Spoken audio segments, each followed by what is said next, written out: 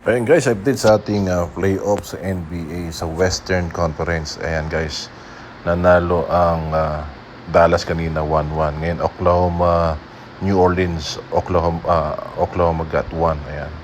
Ang Dallas 1-1 na sila. Ayan. 2-0. Ayan. Wala pang kargaga ang Phoenix at ang Lakers Nuggets 2-0. Talagang ayan sa West, sa East naman Boston, Miami, ayan, Cavalier Magic 2-0. Milwaukee Pacers all 1 at Knicks 76ers 2-0. Ayan, makikita natin probably around May NBA Finals na. At ito naman ang highlights ng mga ilang buwan na pananatili ng ating kababayan na si Kai Sotto. Enough na kaya na mapunta sa NBA at susubok ulit sa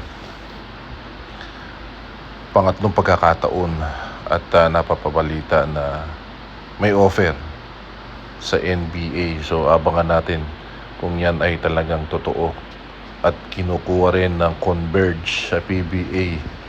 Sabi nila worth 108 million pesos. Nataasan pa ang contract ni Junmar Fajardo sa isang commercial na team na Converge. Tingnan natin kung kukuhanin ng manager ng ating kababayan na si Kai Sotto ng Wasserman or mananatili sa Yokohama ang ating kababayan na si Kai Sotto. So makita natin ang highlight at meron pang mga nalalabi na 3 o 4 na games na wala na rin bearing at inaalagaan na lang na hindi ma-injury para makapag-set din sa FIBA dahil kasama rin ang ating kababayan na si Kai Sotto sa FIBA. Ayan guys ang kanyang highlight at mag-subscribe din tayo sa kanyang trainer na features ng kanyang journey. Ang pangalan ay Kai's Journey. So doon makita natin kung ano ang ginagawang pagpapalaki ng katawan at physical condition ng ating kababayan na si Kai Sotto. Dahil si Kai Sotto ay 21 years old lang.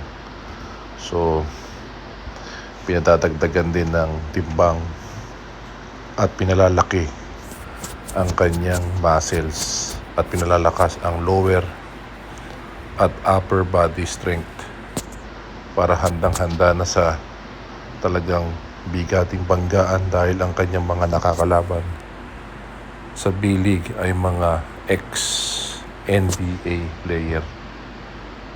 So yan guys, ang preparation sa kanyang NBA journey dahil syempre nangangarap pa rin ang ating kababayan na si Kai Sotto na mapunta sa pinakamataas na liga ng basketball, ang NBA. Ang PBA given na sa kanya dahil kung siya ay magdadrop doon sa PBA, for sure he will be the number 1 pick. Pero abangan natin ang mga susunod na kabanata. Ang NBA Summer League will be on June, July. At ang plano ng Wasserman ay makakuha ng contract, hindi lang reserve kundi kasama sa lineup. So napapabalita rin sa Dallas dahil kulang din ng sentro ang Dallas Mavericks, lalong-lalo na ang Warriors.